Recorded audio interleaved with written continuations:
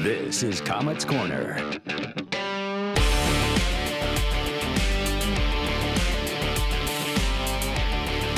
Dufour. Pass ahead to McGarrett. Gives it a tap to Dufour. Coming across the line. Dufour. A shot. He scores! William Dufour ties it, and he ends it! 3-2 Komets. William Dufour just hugged Sam Janssen, who played a spectacular game tonight. But William Dufour, the hero. William Dufour, man, what a week for that guy. We're talking about 4 goals over the week, including the overtime winner. If my math is correct, also 3 assists, so yes, 7-point week. That's pretty good. Yeah, not bad, not Pretty bad. Shane Albahrani, Glenn Marini here, talking Komets Corner, thanks to Lee's famous recipe. And I want to start there. William Dufour, what an addition he has been. As we've said, I think, in the weeks leading up, he just keeps getting more and more comfortable with this team, and that is really dangerous for the opposition. What have you seen from him? Because, a 7-point week, nothing to sneeze at. Yeah, he's legit. You know, he's 23 years old. He spent most of his career, I think, close to 200 games in the AHL. He's got a game up in the show. So, I mean, he's legit. And he's still, he's just kind of one of those guys, I think, who's just kind of falling through the cracks. And, I mean, he's bucking for an NHL deal, I think, come next year. So I think he's going to be emptying the tank here in Fort Wayne. And you see how good he is. It took him a minute to get his legs under him. And now he's literally taken over this team, and he's the go-to guy. When you take a look at this past week overall, 4 games in 5 nights, 2 trips to Wheeling, but the Komets win all 3 against Wheeling, win 3 of 4. When you look back on this week, as they maintain first place in the Central Division, Wheeling is no slouch. They're first place in their division. So what did this past week tell you about this Komets team? Yeah, this is a good hockey team. To go to play Wheeling 3 times, and they got all of their contracts back. They are literally an AHL team. They have 16 contracts on their roster. Starting Wednesday, they got them all back, and the Komets put 15 goals on them over the past 3 games and swept them. And I didn't think that was possible because they are a good team. They're in first place. They had been in first place really since day one. And the fact that we came into their building twice and beat them and able to persevere. We did not have a good third period Saturday night, but managed to dig deep and get a win. But no, this team, I've said it really for many months. 5-on-5, this team is just as good as any team in the league. We've shown that. Kansas City is the best team in the league, really by kind of a large margin. But we played 3 games against them. 3 games we should have won. 2 went to overtime, 1 we lost in regulation in the final second. So, we'll play against anybody, and I think I'm really looking forward to what March now has in store. Yeah, we're going to get into all 4 of the games last week, including that Wednesday night game against Wheeling at their place. But before we get into the highlights, I just kind of want to ask, because the Komets now have 10 days off. I mean, this is like unprecedented type stuff. With this upcoming break, considering how much hockey they played in the month of February, how key is this break? How do they use this break to set themselves up for success long-term this season? Yeah, it's unusual. This is something that, it came about actually in September when we learned that we weren't going to be able to have the Coliseum for a weekend, and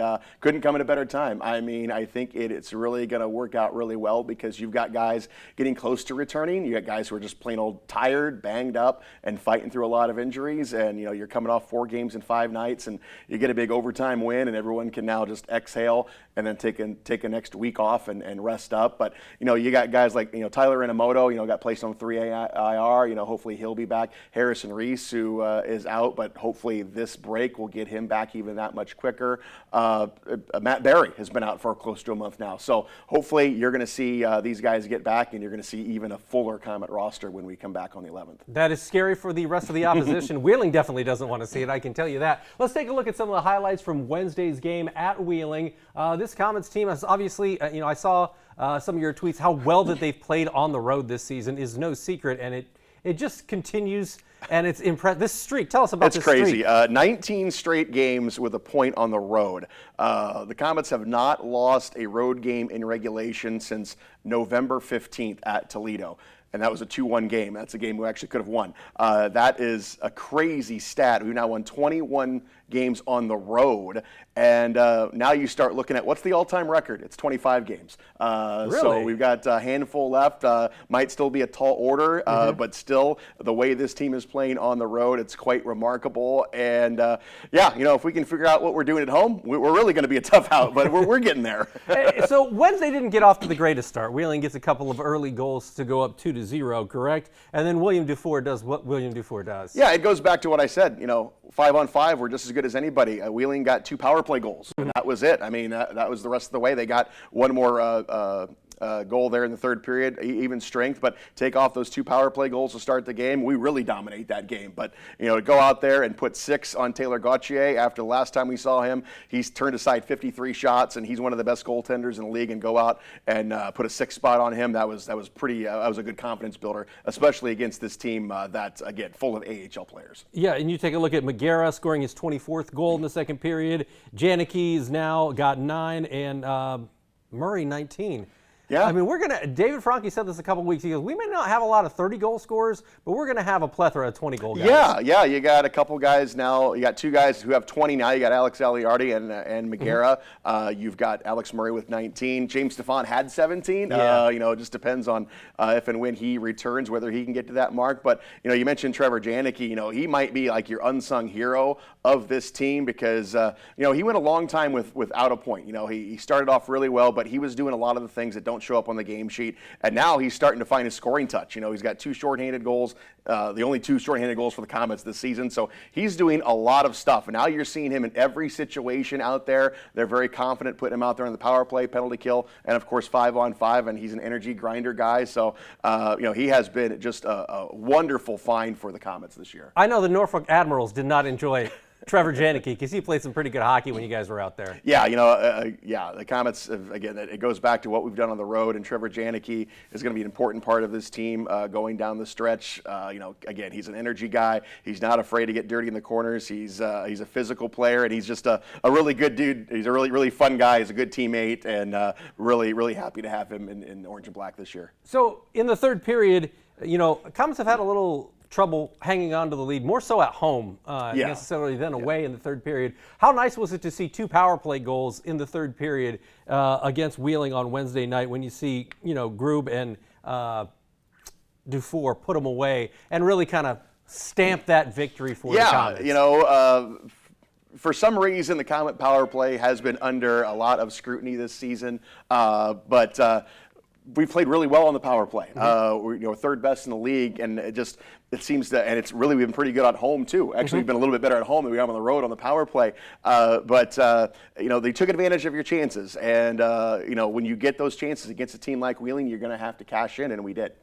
So how did this set the tone for the rest of the week? Because you look up, you get 6 goals on a Wednesday night game where you had to drive out. There wasn't a lot of break, in between. So how does this kind of set up success for the rest of the week? Because this was a great victory for the Komets to put up 6 goals and win at Wheeling, knowing that you're going to see them 2 more times over the course of the week. Yeah, a great confidence builder. Again, you put 6 on the board, but then you had 3 straight.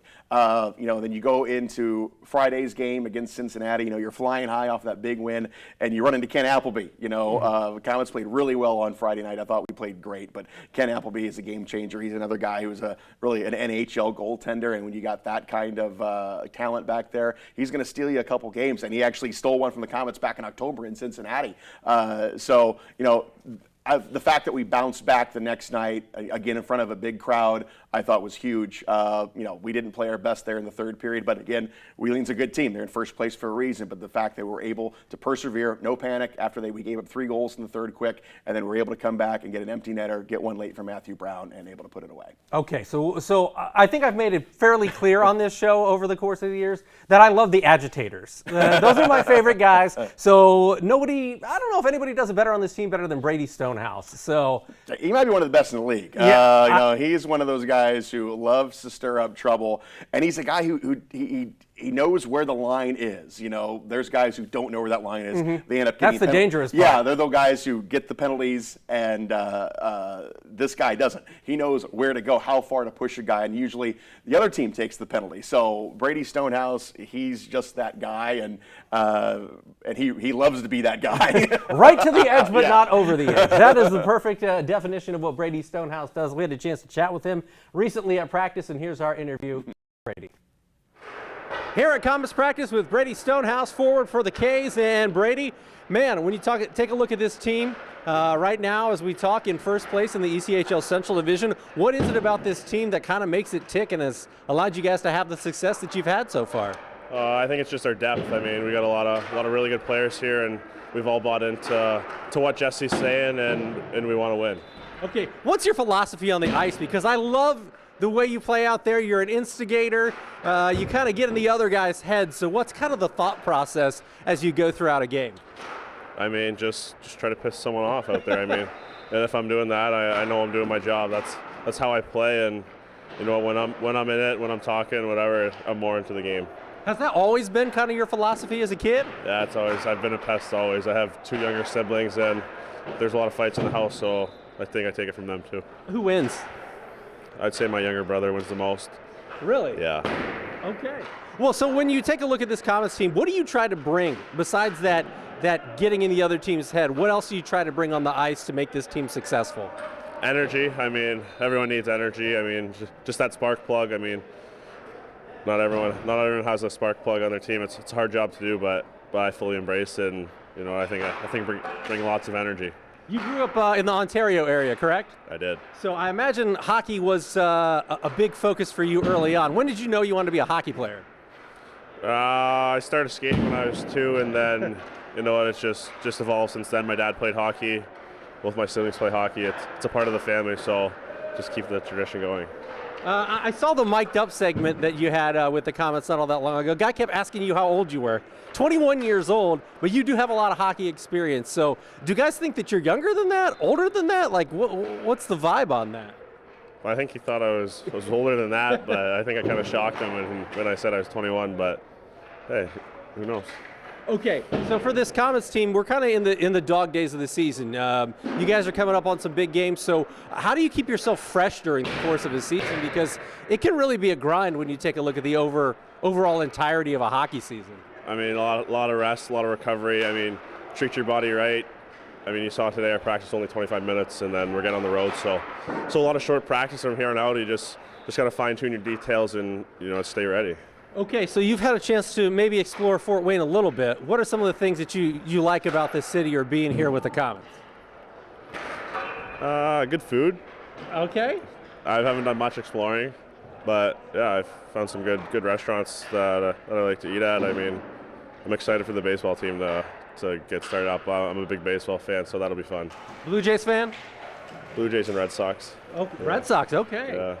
Yeah. For you, kind of, what's the key to having the success long-term for this team? What are some of the things you guys have to do well over the next couple of months to be ready when the playoffs hit? Just sticking to our details, sticking to our systems. I mean, once we get away from it, I mean, we're not a track meet hockey team. We're a detailed, structured hockey team, and when we do that, we're pretty hard to beat. All right. Anything else that you'd like to add? That's all. All right. Don't mess with this guy. He's pretty tough. You've seen it on the ice. He's an agitator. We're happy to have him in Fort Wayne. He's Brady Stonehouse. I'm Glenn Marini, and that is Komets Corner.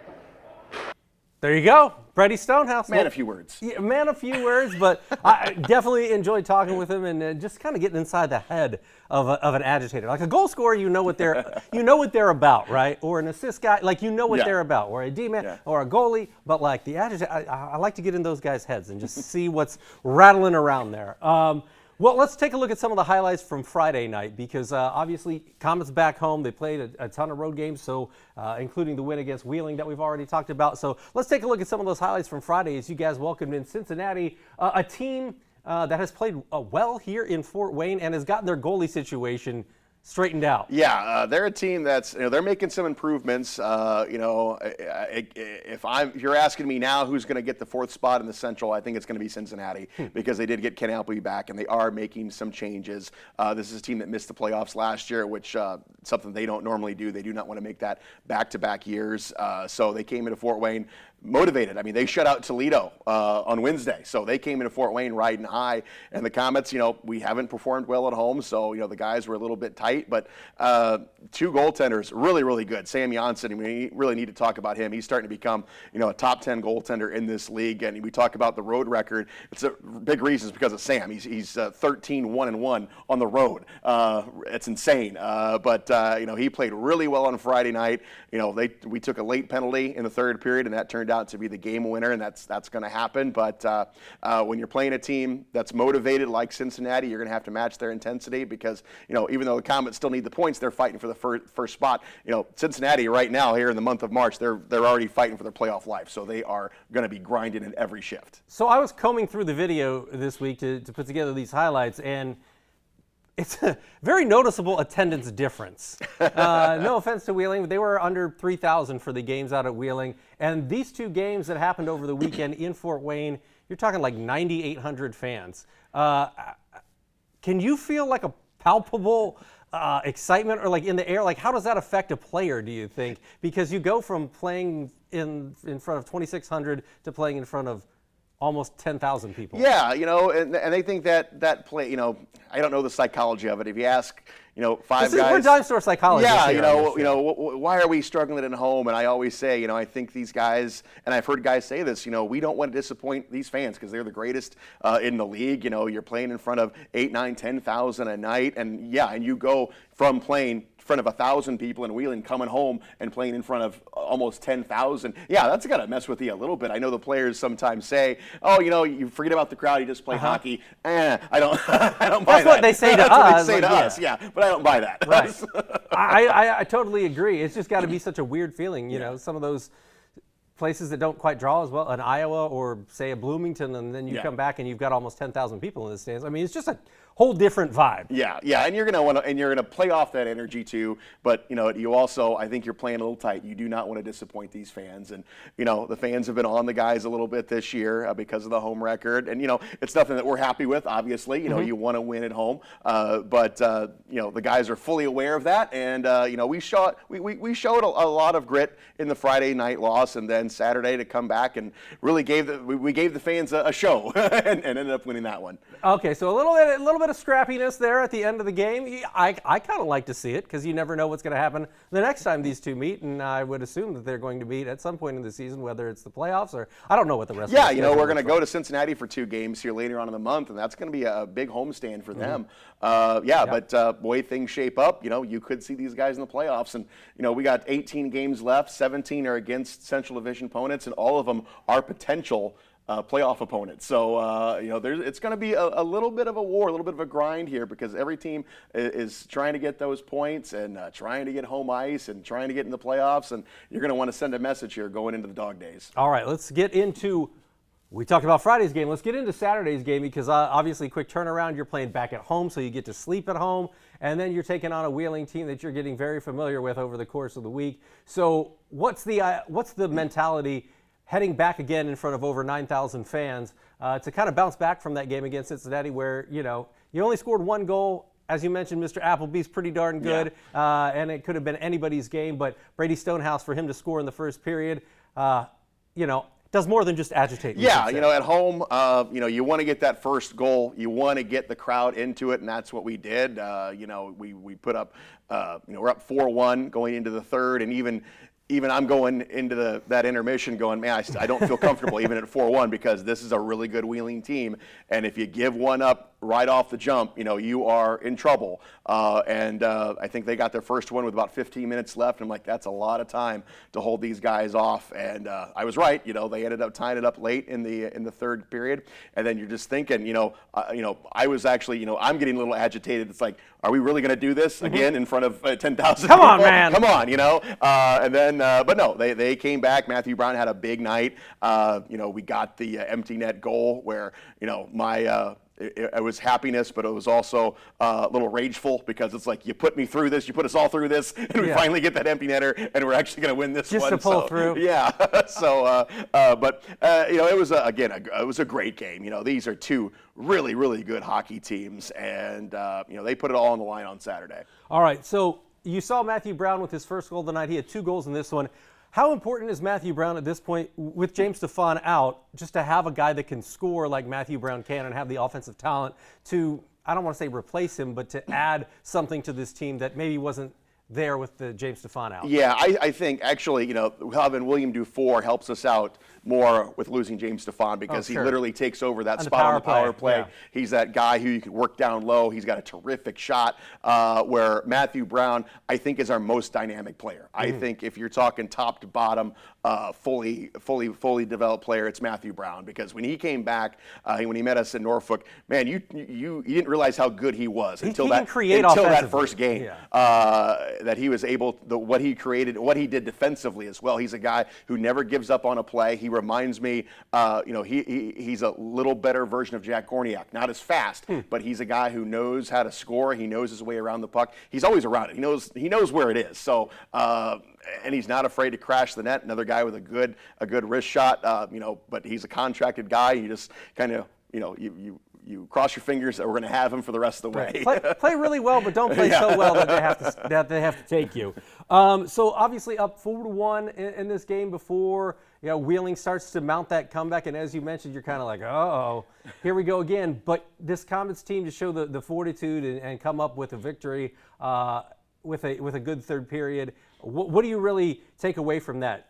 Especially at home, as you mentioned. Those third period struggles are well documented. But to come out, and this is, again, I mentioned this off the top of the show, this is a really good Wheeling team when you take a look at a team that's leading their division. Like, if people aren't paying attention outside the Central Division, like this isn't, like, Norfolk was struggling this year. Yeah. Wheeling is not. Wheeling is not. Yeah, this is a better win than I think people give them credit for. Yeah, no, it was a really, again, they're a good team, and I expected them to come back in the third. The Komets actually their best period of the season has been third periods. I think they're like a plus 30 in the third period now. Yeah, so crazy. So, they persevered. I think, maybe a month ago, we don't win that game. I think it turns into a bit of a disaster. But the fact that, hey, we were determined. And also Nathan Day, gave up 3 goals. When you're a goaltender, you're a young goaltender, that's gonna, your confidence is gonna eat at you. It's gonna eat at you. And then he came back and made a couple, 2-3 really nice saves. They could have taken the lead real easy, but Nathan Day was really strong there. And then we managed to get the go-ahead goal from Matthew Brown, and then you see Matthew Capote getting the empty netter. But on the Rockets too, man, he outraced those. Yeah, and that's something that we haven't done a whole lot of, is get empty net goals. A lot of those times the other team gets the goal, and we go to overtime. As we see all the overtimes we played, 15 overtimes, we now lead the league. To finally get an empty net goal and go ahead and just ice it at the end of the match was great. And then, of course, familiarity breeds contempt, so a little bit of a scrappiness there at the end of the game, but the Komets ultimately coming up with a win on Saturday, 6-4 against the Wheeling Nailers. Now, we talked a little bit about Matthew Brown, and certainly when he's been here, he's been fantastic. Another episode of Mission Control, episode 6, recently came out, and we rewind all the way back to Teddy Bear Toss night. Talks to Matthew Brown. Here's a look at episode 6 of Mission Control with the Komets. Komets taking on Kansas City tonight. It is going to be a battle. So you got 2 of the top teams in this league as the Komets coming in first in the Central Division. So it's Janicki on Janicki tonight. Here's a long stretch pass coming in. Brown all alone. He shoots. He scores! Bring on the Teddy Bears. Matthew Brown scores it. Komets up 1-0. And it's an awesome sight. Every Teddy Bear toss, Nolan Volkin, he had scored the last 2 Teddy Bear tosses. So Matthew Brown is going to be etched into the record books. But a beautiful pass right down the middle. Brown goes right in, and beats LaFontaine. I remember before the game I was joking around with Matt Miller about it, and he said he was going to score it, and I told him I was going to beat him to it, and we kept going back and forth. We were with each other in Lehigh a little bit the year before when he signed out of school, hung out a lot then at the end of the season, and then we were together for pretty much the whole year in Reading and a little bit in Lehigh last year. Fortunately, I won that one. I honestly didn't even really think about it in the moment. I scored, looked up, and I just kind of remembered, like, oh yeah, it's teddy bear toss. I saw all the bears coming down. I actually caught one. It was actually a weird bear. It was like red and yellow. It was like a lemon and a strawberry. It was like probably the weirdest bear to catch, but scoring in a building like this with the fans that we have is awesome. Seeing all the bears rain down was a special memory, and one I definitely will not forget. My first birthday, my uncle gave me, it was a black wood, like knee hockey stick, New Jersey Devils on it.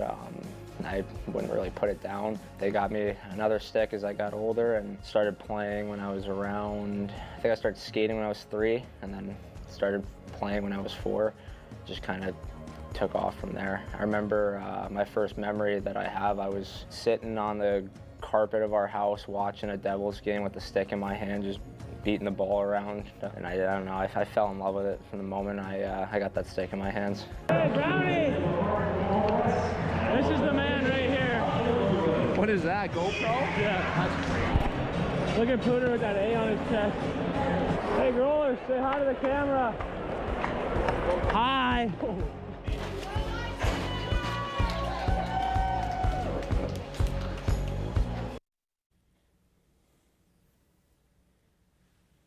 Oh, good times.